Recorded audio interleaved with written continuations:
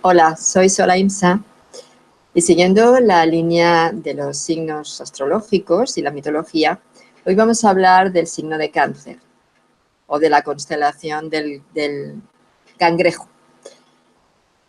A ver, aquí tendríamos dos mitos a estudiar. Uno sería el que propiamente daría lo que es la nomenclatura, el nombre, ¿no?, a esta constelación Cáncer, y otro el propio mito de trabajo personal de todos los que tienen que ver con Cáncer, es decir, Sol en Cáncer, ascendente en Cáncer, Luna en Cáncer o un Cáncer muy potente en su carta. Como mito, a nivel de lo que es la constelación, ¿por qué se llamó así? O de dónde le viene el nombre. Viene del mito de cuando Hércules, combatiendo a la Hidra, fue enviado un cangrejo por Hera para entretenerlo y que así la Hidra pudiera con Hércules.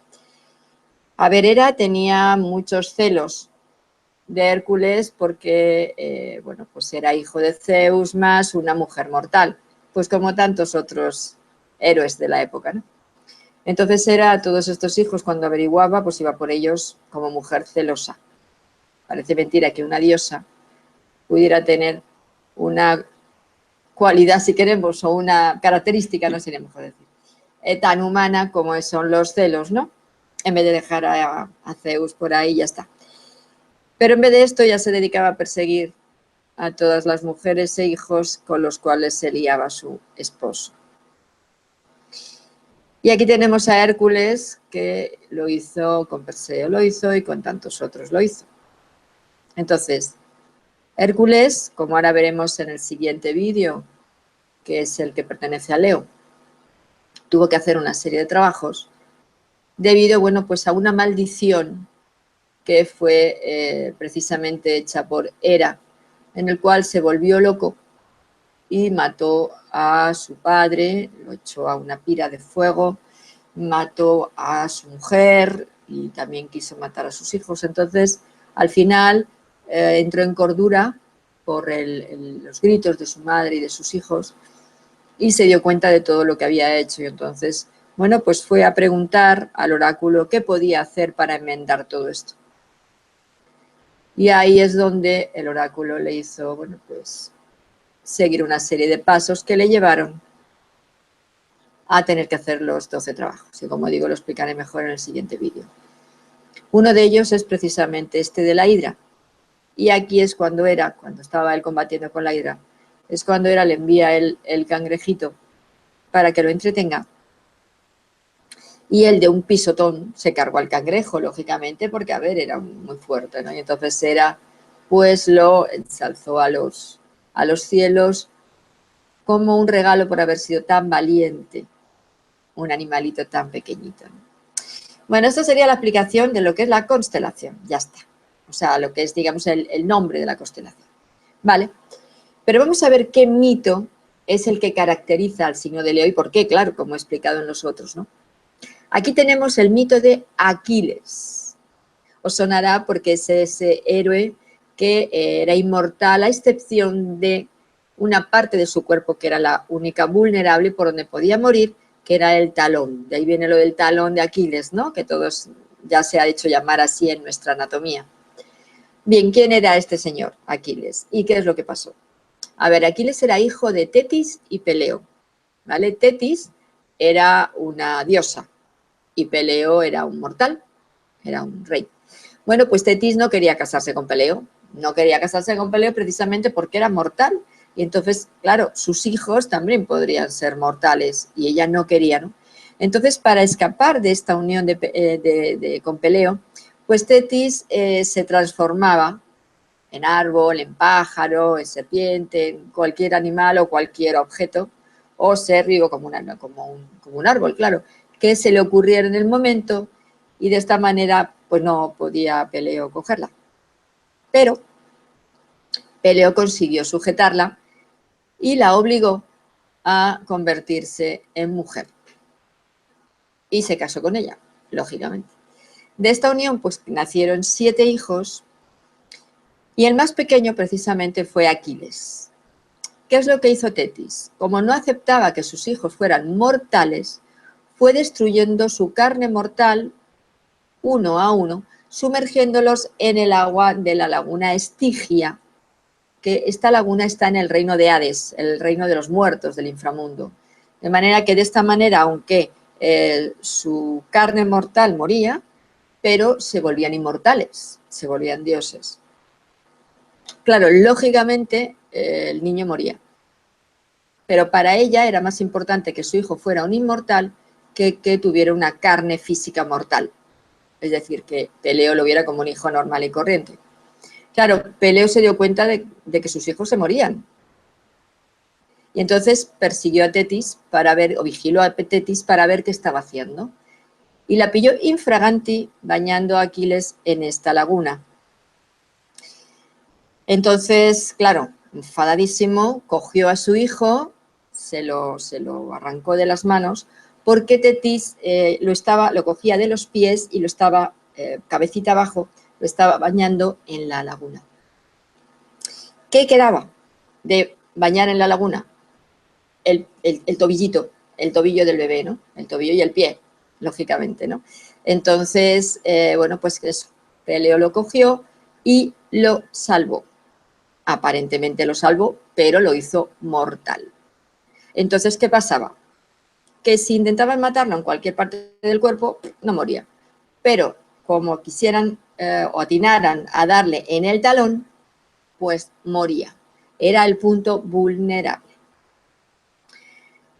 ¿Esto qué pasó? Pues que lógicamente Peleo y Tetis rompieron, se divorciaron, pero ella, Tetis, estuvo siempre al lado de Aquiles para protegerlo y que no pudiera pasarle nada. Tetis, por miedo a que alguien pudiera matar a su hijo, pues se fue a un oráculo y preguntó por Aquiles. Entonces las parcas, que eran las que visionaban, las que veían, le dijeron que bueno, iba a ser un guerrero muy conocido, iba a ser muy alabado por muchísima gente, pero iba a tener una vida corta.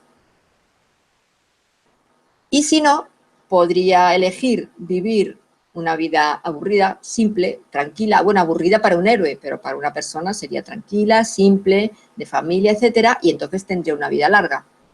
Él tenía que elegir. Si quería vivir, tenía que tener una vida normal, de hombre normalito y corriente, esposa, hijos y tal. Pero si quería una vida de Dios, o de semidios, o de guerrero, entonces tendría una vida corta y moriría pronto. Claro, la madre al saber esto intentó por todos los medios que Aquiles no fuera a ninguna guerra ni ningún tipo de contratiempo, riesgo, pelea, de nada. Hasta llegó a vestirlo de mujer para esconderlo. Fijaros el punto de sobreprotección de esta diosa. Quedaros con este dato que lo veréis que es muy importante. ¿Qué pasó? Que Aquiles estaba ya harto, me imagino, lógicamente, de tanta mamá. Y entonces se topó con Ulises y dijo que se iba con él y que pasaba de su madre. Aún así, la madre, como diosa que era, lógicamente, intentaba proteger a su hijo y seguía siguiéndole en las guerras y en todo, ¿no? Pero al final muere Aquiles por una flecha de Paris que le lanza al talón. Y ahí Aquiles fallece. O sea que al final encontraron su talón de Aquiles, ¿no? Que es lo que siempre se dice, ¿no? Este es tu talón de Aquiles, es decir, el punto flaco. Pues el punto flaco de Aquiles era su talón. El talón a nivel simbólico habla, o sea, el talón y lo que es el tobillo, esa zona, habla por un lado de la capacidad de poner pie en tierra, es decir, de vivir una realidad, de estar, de no fantasear, de estar en lo que tienes que estar, de no creerte más de tener la conciencia clara, la mente limpia, es decir, de todo lo que representaría estar en el aquí y en el ahora. Pero al mismo tiempo, por ser la base del talón, del tobillo, el talón, la base del tobillo, entonces estaríamos hablando también de la capacidad de movilidad y adaptabilidad a las circunstancias de la vida. Claro, aquí una persona cáncer tiene que aprender a adaptarse, tiene que aprender a congeniar, tiene que aprender a convivir, sin dejarse llevar por ni una necesidad infantil de ser querido, protegido, amado, etcétera, etcétera, ni por una necesidad sobreprotectora maternal de que los hijos sean de su propiedad y hacer con ellos lo que para ella consideran bueno, pero esto impide que los hijos evolucionen y sean ellos mismos.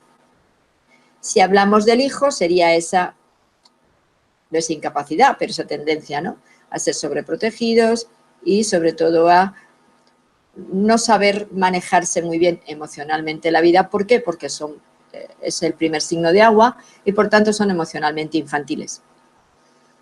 Y por el otro lado, como decía, si es desde el lado de la madre, pues entonces son madres sobreprotectoras y muy posesivas también. Bien, esto como primer dato, ¿vale?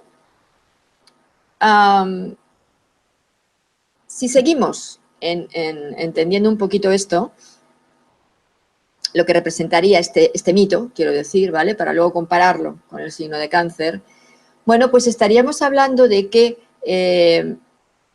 esas transformaciones que Tetis adopta antes de tener a su hijo, ¿no?, también nos hablan y nos indican los cambios emocionales del cáncer. Cáncer es una montaña rusa. Cáncer, pues por eso es la luna, su planeta regente, ¿no? Las fases de la luna, va cambiando la luna. Cáncer en un día puede tener diferentes estados de ánimo.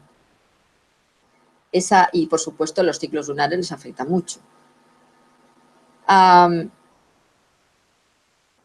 Puede parecer inclusive que son personas distintas. Fijaros que la fama lo tiene los Géminis. Y realmente Cáncer ahí casi en algunos momentos es más, se nota más que en un Géminis esos cambios. Entonces, esos cambios emocionales internos, esa tormenta emocional interna, hace que bueno, pues puedan parecer personas distintas. A veces muy afectivo, muy cariñoso, muy suave, y otras veces incluso puede ser cruel y vengativo. Entonces, ¿por qué? Porque el cáncer está siempre sometido a esas montañas rusas emocionales, ¿no?, esos picos emocionales. Inclusive es un signo muy reservado, es un signo que aparentemente se ha abierto, es un signo que yo he conocido, sobre todo en el caso de los hombres, porque es el signo de la madre y muy femenino, por tanto. Entonces, en el caso de hombres, cáncer, yo he conocido algunos que, para que no se les conozca realmente quiénes son o cómo son, dependiendo del grupo, dejamos que contaban o expresaban determinadas partes de sí mismo, inclusive podían llamarse de manera diferente. Conocí a uno que era extremo, ¿no? Dependiendo del grupo le llamaban de una manera diferente y dependiendo del grupo mostraba una cara diferente. Estos disfraces de Tetis. En uno mostraba el árbol, en otro mostraba la serpiente, en otro mostraba el pájaro, en otro mostraba... ¿Por qué? Porque precisamente porque sus emociones son inmaduras todavía, le faltan 3 estados más, Escorpio y Piscis, pues por este motivo necesita protegerse mucho. Necesita, por temor, claro, que no se le dañe, que no se le condicione, que no sentirse vulnerables, porque no pueden soportarlo, ¿no? Para Cáncer es necesario, por tanto, el grupo, el sentirse en grupo, y sí es cierto que suelen querer ser líderes en ese grupo. Con ese afán sobreprotector, en realidad es porque hay una necesidad de ser satisfechos emocionalmente y por eso se muestran tan sobreprotectores, para sentirse protagonistas de esa realidad. Entonces aquí entraríamos en la otra parte, en la otra faceta del mito, la madre sobreprotectora, que puede llegar a condicionar la vida de sus hijos al extremo de, por ejemplo, como decía Tetis, ¿no?, prefiero que mueran, que la carne muera, con tal de que sean inmortales, con tal de que no se les dañe. Es un querer controlar el destino del hijo, apartándolo de todo lo que es la realidad personal de ese niño, de todo lo que pueda ser doloroso, lógicamente, porque no quiere que su hijo sufra, pero tampoco sufrir ella. Y esto, bueno, pues le lleva a ser dependiente de la madre. ¿Por qué? Porque la mujer que es muy cáncer en este sentido, que no ha superado esto, es súper apegada a sus hijos y quiere que sus hijos sean apegados a ella. Bueno, sus hijos y su familia en general, porque siempre normalmente las familias de mujeres cáncer o de hombres cáncer, el cáncer es el centro de la familia, sea el padre o sea la madre, y todo gira alrededor. Aunque sea una persona, por ejemplo, en el caso de los hombres es más dado que las mujeres, pero puede ser también las mujeres, que a lo mejor están más fuera que dentro, pero aún así es quien marca la pauta. Es curioso. Pero, sin embargo, luego, como son emocionalmente infantiles, pueden ser, como digo, muy tiernos, muy cariñosos, de escuchar mucho, los niños les encanta, por lo tanto, es de mimar, de jugar, de pelearse en plan de juego, etcétera, etcétera. ¿Vale? Pero bueno, todos tenemos esa parte más llevadera y esa otra parte menos llevadera. Y entonces aquí lo importante en esta explicación es saber lo que cada uno tenemos para saber lo que tenemos que trabajar. Y entonces aquí estaríamos hablando del miedo a perder a los seres queridos. Cáncer tiene muchísimo apego a los seres queridos y a ser querido. No soporta no ser querido. Entonces, cuando no se es querido, entonces cuando le sale esa parte más violenta o más tirana o más, inclusive, casi se vuelven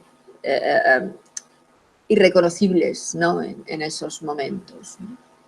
Entonces, bueno, pues aquí tendríamos este mito de Aquiles, ¿no? Con esta madre Tetis sobreprotectora. Y bueno, es aprender a que una madre es la que, o un padre, es el que da el paso a ese hijo, a esta vida, le aconseja, la educación, el alimento, le protege de pequeño, etcétera, pero no puede dejar o sea, impedir que el niño o el hijo sea, o la hija sea ella misma o él mismo. Porque no va a querer más un hijo a una madre por el hecho de hacer lo que la madre quiere o de chantajearle emocionalmente, al contrario, ¿no? Y los hijos cáncer o hijas cáncer, pues igualmente tienen que aprender a ser independientes desde siempre y no querer apegarse a sus padres para que los protejan, los cuiden, etcétera, etcétera. Pues porque han venido aquí a aprender a caminar solos como todo el mundo. Si no, pues si uno no es uno mismo, al final no llega a conseguir lo que tiene que conseguir, ¿no? Y la otra parte, como digo, esos picos emocionales, ¿no? Esas fases lunares que el cáncer pues, se muestra tanto, ¿no? Y aprender a controlar sus estados de ánimo, sus brotes de enfado, etcétera, etcétera. Y porque se sea sensible no quiere decir que se sea vulnerable, ¿vale? El cáncer, cuando se siente dañado, se mete dentro de su caparazón y si tú quieres sacarle, te muerde con las pinzas, es decir, se defiende agresivamente. Lo mejor es dejarle que se le pase. Y cuando ya se le ha pasado, entonces hablar con él, porque si no, no hay opción. Te va a estar picando todo el rato. ¿Por qué? Porque está herido. Simplemente. O porque no ha sido entendido o escuchado, o yo qué sé. No quiere decir que se haya hecho con intención o que realmente tú le hayas herido, pero él se siente herido. Porque no siempre lo que como nos sentimos es lo que el otro haya querido hacernos, ¿vale? Pero si nos sentimos, nos sentimos y no hay más vuelta de hoja. Y si un cáncer se siente herido, se siente herido. Y así como otros pueden sobreponerse en el momento y hablar o lo que fuere, cáncer no puede. Entonces hay que darle sus tiempos, hay que esperar y luego ya se podrá dialogar con él tranquilamente. Entonces no forcemos a un cáncer porque le llevaremos a cada vez encerrarse más y volverse más agresivo en esos momentos. Mientras que de la otra manera podremos razonar, podremos hablar y perfectamente un cáncer es igualmente razonable, igualmente que el resto, lógico, pero hay que conocerlo y entenderlo y respetar sus tiempos, porque todos tenemos nuestros tiempos. Y los signos de agua y los de tierra son más de reflexión, son más de darles tiempo porque son de energía femenina. Los de aire y los de fuego son más de en el momento, porque son más de energía masculina. ¿Vale? Bueno, pues aquí terminamos con el mito de cáncer. Espero que os haya gustado y nos vemos en el siguiente vídeo programa. Chao.